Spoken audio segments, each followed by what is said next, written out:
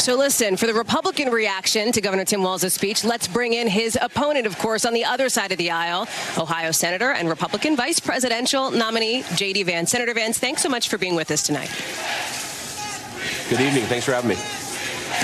Okay, just making sure you can hear us okay. Let me ask you this. There were some attacks leveled against you here tonight at the convention, including from Pete Buttigieg, who suggested that you believe that people essentially don't count if they are, for example, childless or not the kind of family that you want to see them be. How do you respond to that?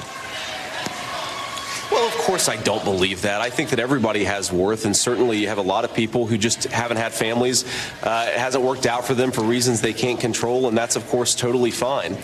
I think what I have said is that we want our country to be more pro-family, and more to the point, what I worry about when I watch the Democratic convention speeches tonight is there's no reference to how we're going to lower the costs of groceries and housing for middle-class families. There's no reference to how Kamala Harris's policies have closed the border because, of course, they've opened the border. What they've done here is they've basically made an argument that if you vote for Donald Trump and you want change and you want a better future for your children, that somehow you're a bad person. What I think what the Democrats should do is actually point to Kamala Harris's record and point out how her policies have made people better off, not attack me and Donald Trump, and most importantly, the people who vote for us because they're unhappy with Kamala Harris's policies and what they've done to the country.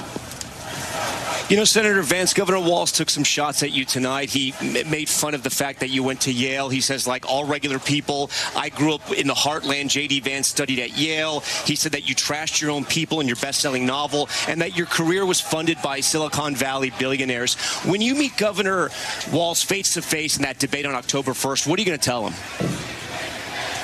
Well, first of all, what a nasty personal attack. Why isn't Governor Walz talking about Kamala Harris's record and how she's made the lives of the American people better? The answer is because he can't say that. He can't point to her policies that have lowered inflation, lowered the price of housing. He can't point to her policies that have lowered the cost of food. So he's attacking me in a very personal way. Look, I signed up for it, but I want Tim Walz to articulate how his vice presidency is going to make the lives of the American people better.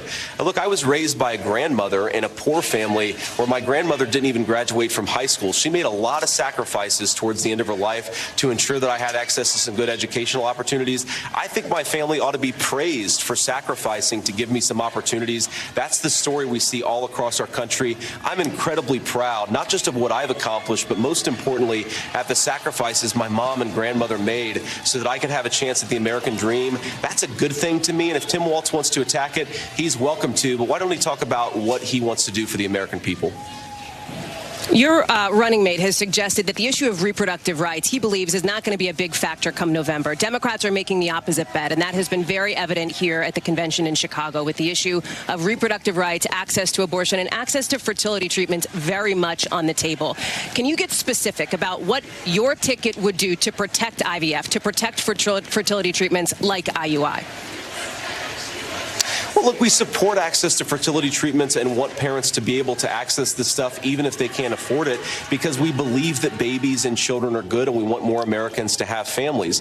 Now, the real contrast, of course, is that Donald Trump has said that he thinks abortion policy should be made at the state level. And meanwhile, Tim Walz and Kamala Harris are talking about taxpayer-funded late-term abortion, about shutting down Christian hospitals because they don't want to perform certain types of abortions. Look, that is not how you respect differences of opinion. I think what Donald Trump is really trying to do is be pro-family and articulate a solution to some of these culture war topics that allows the country to come together and solve some of these disputes at the state level where voters can make these decisions, not the national government. But he hasn't committed to not seeking a federal abortion ban. Will you do that tonight?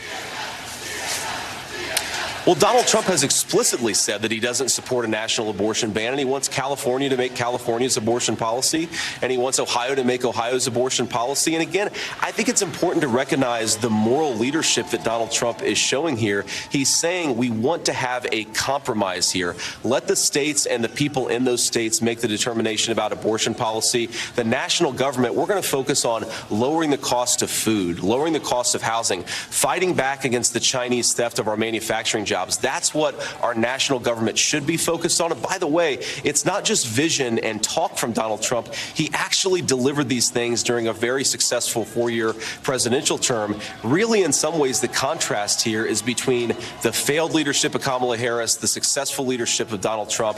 Look, we can get back to peace and prosperity. We just have to elect Donald Trump as president of the United States.